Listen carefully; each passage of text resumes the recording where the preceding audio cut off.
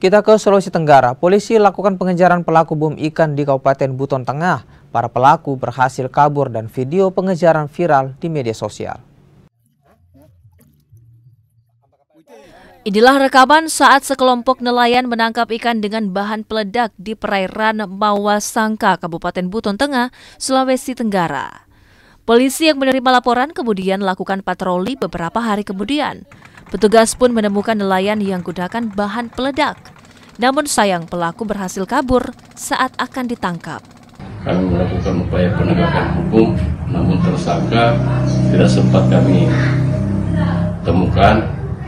Namun yang kami temukan sisa sampan dan beberapa alat snorkeling yang digunakan oleh tersangka, dan tersangka sempat masuk ke dalam hutan bakau.